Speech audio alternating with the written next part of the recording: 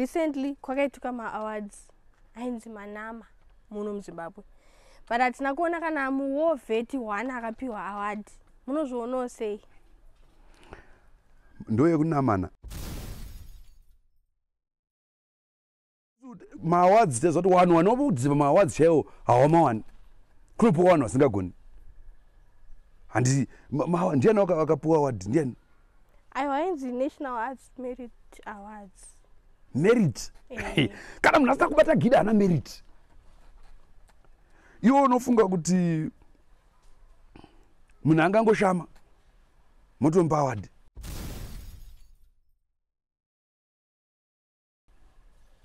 Kuhondo chaiko munhu aisashama. Waigona kushamisika kana kushamiswa, asi waisangoshama pese pese. Kushama muromo here? Munogona kushama futi, unoshanda futi, waishanda futi. Because zvamunofunga kuti zvimakazvitanga nhasi taitozviita kuhondo kare kare. Miromo yaishanda, maoko aishanda, zvese zvaita. Hapana chasingashandi kuhondo, chida kudonedza muwengi. Nekuti wakomana unofanira kugara wari motivated. Saka ndikuti kana handiwazive manama acho. Ndechii manama iwayo? Ndorangarira mukomana azotisiya uyu mukomana Chingsu. Akamupuwa ere manama.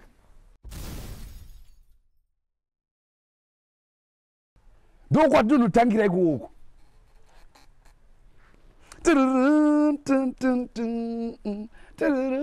Unoziva yakabva kupi kamboka yake? Ndanga tiri pachifombo base camp paZambia apa. Ndobva I remember chitepo hamandishe kushaya.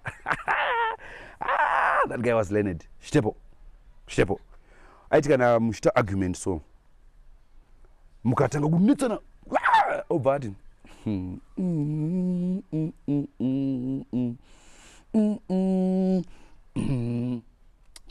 gentlemen, let's agree to disagree. Ndiye akatanga kane statement ndiyo Chitepo. Wakaitora muno wana wa Queen wakaenda nayoko yekuti let's agree. He was the first black lawyer in Africa yose. Barrister Herbert ushaya mandishe Chitepo. Aiti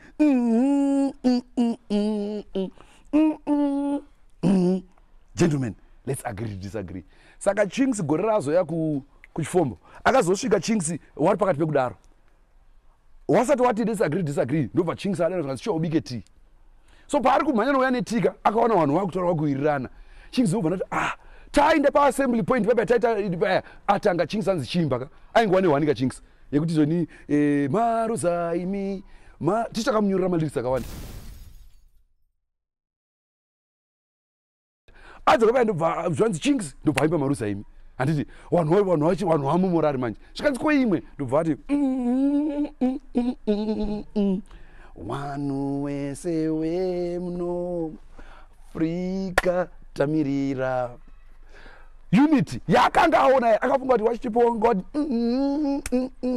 ndobva atonyura kambo kake. Saka kwatabva kure nehondo